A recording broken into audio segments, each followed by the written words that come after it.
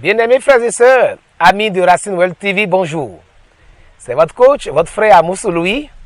Je suis encore dans vos maisons pour vous donner une parole d'encouragement de la part de notre Seigneur Jésus-Christ. Avant d'aller dans le thème du jour, laissez-moi faire une courte prière. Excellent Père de gloire, Dieu d'amour, je te remercie pour l'opportunité que j'ai de partager ta parole avec les populations qui nous suivent à travers Racine World TV. Je prie que maintenant, l'intelligence des uns et des autres soit renouvelée, les cœurs soient disposés pour recevoir ta parole. Parle-nous, encourage-nous à travers ta parole au nom de ton Fils Jésus-Christ. Amen. Bien-aimés frères et sœurs, le thème d'aujourd'hui, c'est l'amour de Dieu pour toi est invariable. L'amour de Dieu pour toi est invariable. Bien-aimés, chers frères et sœurs, il n'est pas rare que le chrétien, après des efforts à vivre une vie de piété, parvient à un état de découragement. Il arrive des moments de sa vie où, à force de tomber dans les mêmes défauts, dans les mêmes péchés, on est habité par un sentiment de culpabilité qui nous fait croire que nous sommes tellement pécheurs que, en fait, nous ne méritons plus l'amour de Dieu.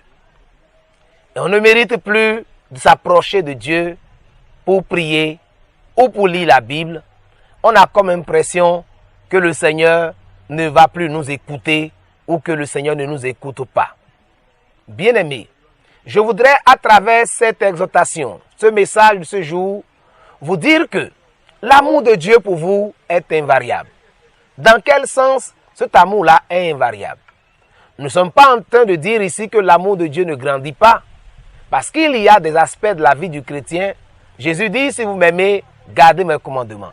Et mon Père et moi viendrons et demeurerons en vous et avec vous, et nous mangerons. Dans le thème d'aujourd'hui, nous souperons avec vous.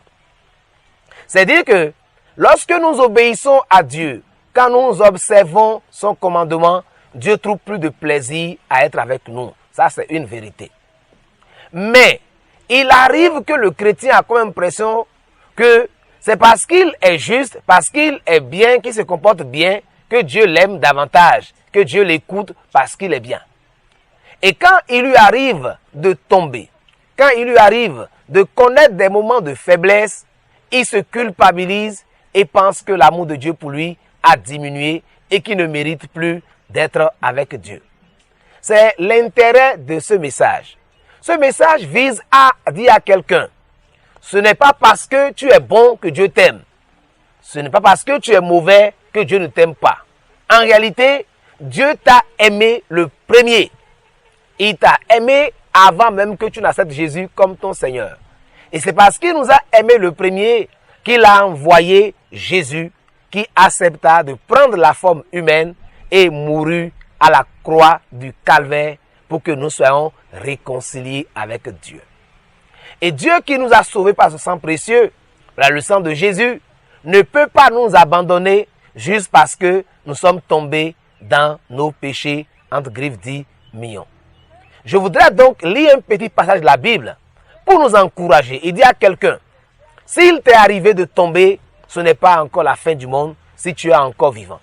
S'il t'est arrivé de chuter, malgré ta volonté de te sanctifier, ne te laisse pas être accusé par le diable. Parce que le Christ, le Saint-Esprit qui habite en nous, n'est pas un esprit de culpabilité. Il ne nous accuse pas, il ne nous condamne pas, mais au contraire, quand nous tombons, il nous tend la main pour nous relever. Lisons un petit passage pour appuyer ce que nous voulons dire. Nous lisons dans Ésaïe, chapitre 1, le verset 18. Il est écrit dans la version Louis II. « Venez et plaidons, dit l'Éternel. Si vos péchés sont comme le cramoisi, ils deviendront blancs comme la neige.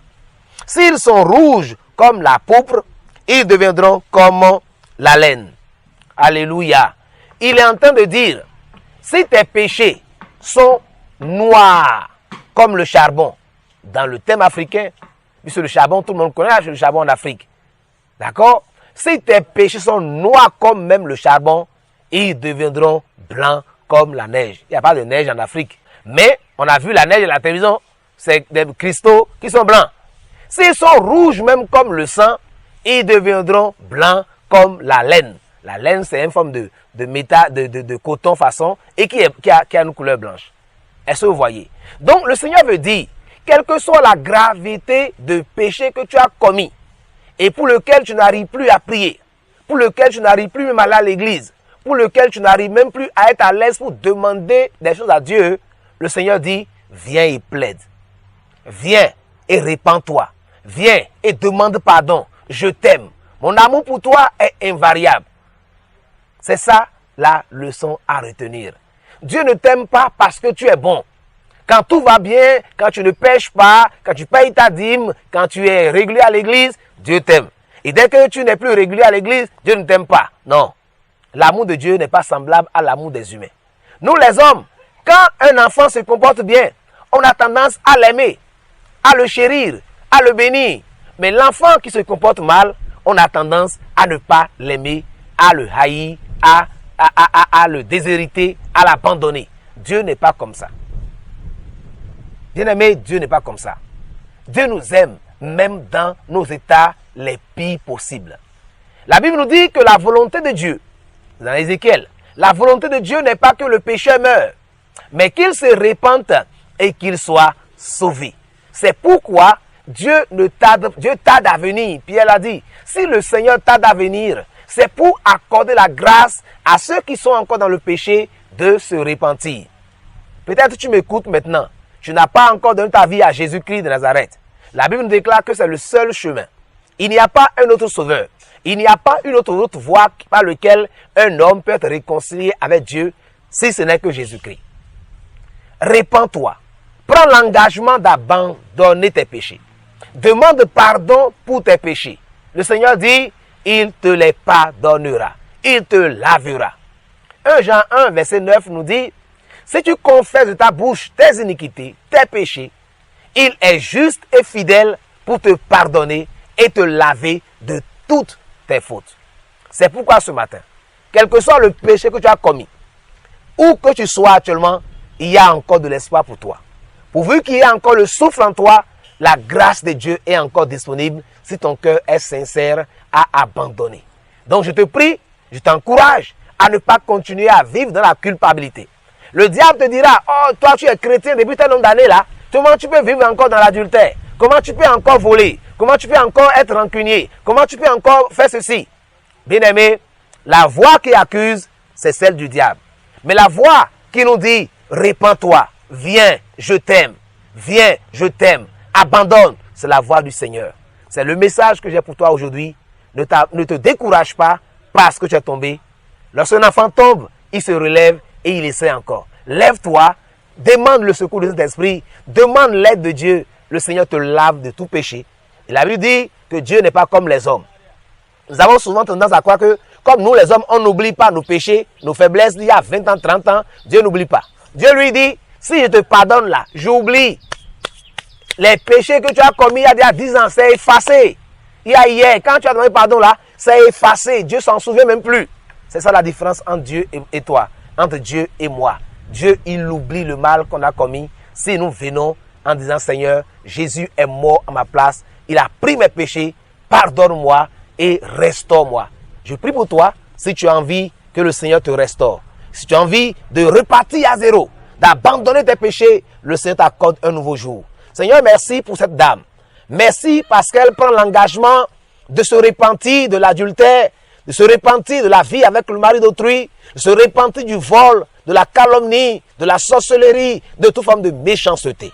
Seigneur, pardonne. Si elle demande pardon, pardonne-la, pardonne-lui, sanctifie-la par le sang de l'agneau et accorde-lui la grâce, le courage, d'avoir confiance en toi et de repartir à nouveau avec toi.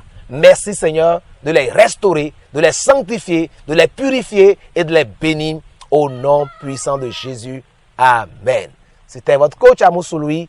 Je viens de vous encourager sur le fait que l'amour de Dieu est invariable. Soyez bénis. Shalom, shalom.